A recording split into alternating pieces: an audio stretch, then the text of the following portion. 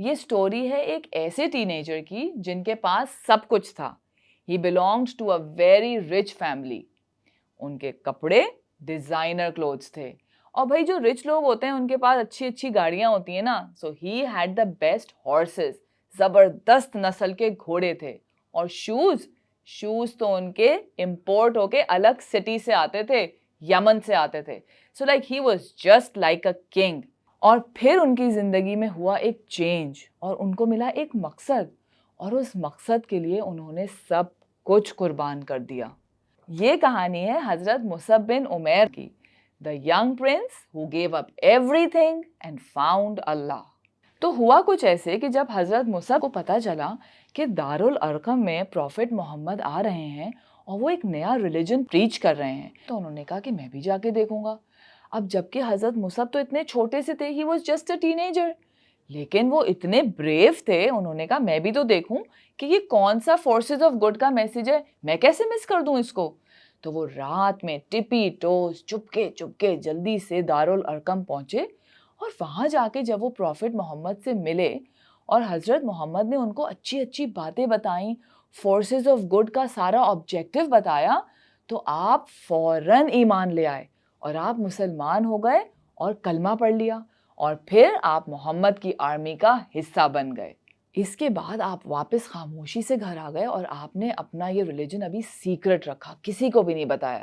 لیکن سیکرٹ تو زیادہ دیر رہ نہیں سکتا, تو ان کی جو امی تھیں ان کو پتہ لگ گیا کہ حضرت مصعب جو ہیں وہ محمد کی آرمی جوائن کر چکے ہیں.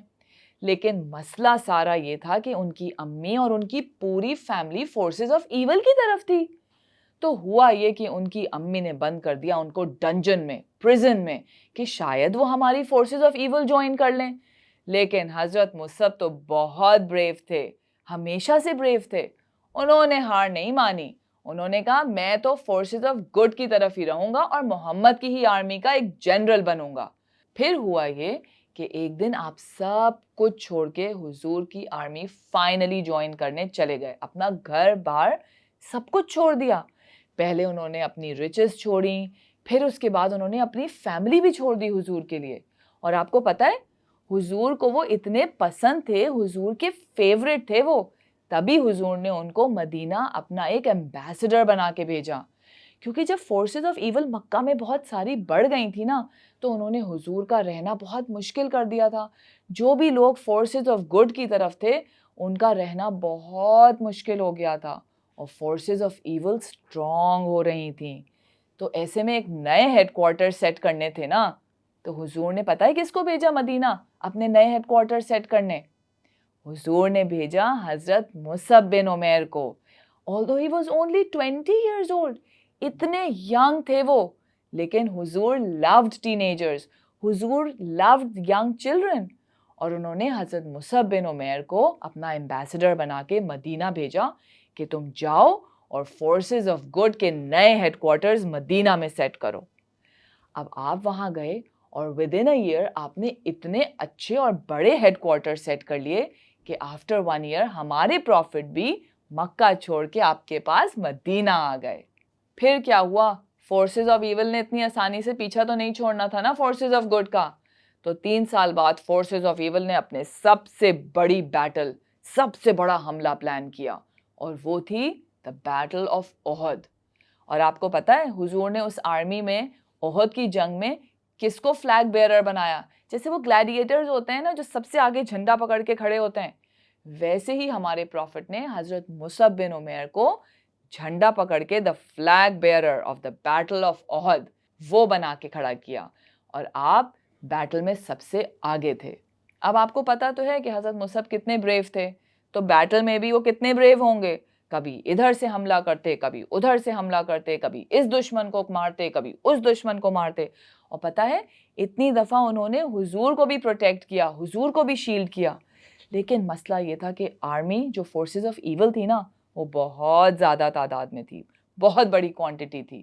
اور ہوا یہ کہ ایک دشمن نے آ کے آپ کا ہاتھ کاٹا, جس میں آپ فلیگ پکڑے ہوئے تھے نا وہ والا ہاتھ کاٹا.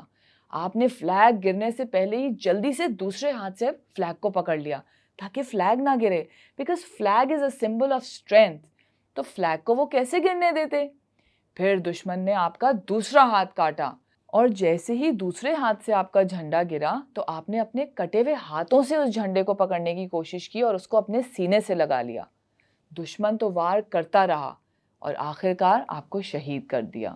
لیکن پتہ ہے کیا، جب بعد میں ان کی باڈی آ کے حضور نے اور دوسرے صحابہ نے دیکھی تو تب بھی جھنڈا ان کے سینے سے ہی لگا ہوا تھا اور انہوں نے فلیگ کو گرنے نہیں دیا۔ This shows how brave حضرت مصعب was۔ تو میرے پیارے بچوں، آپ نے کیا مورل سیکھا اس کہانی سے؟ کہانی کا مورل یہ ہے کہ اچھے کاموں کے لیے قربانی تو دینی پڑتی ہے، کیونکہ فورسز آف گڈ کے ساتھ کھڑا ہونا آسان کام نہیں ہے۔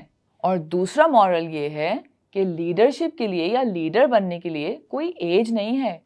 حضرت مصعب بن عمیر صرف 20 سال کے تھے اینڈ وہ لیڈر تھے، اور ہم آج بھی ان کا نام اور ان کا ذکر کر رہے ہیں اور ان کو یاد کر رہے ہیں۔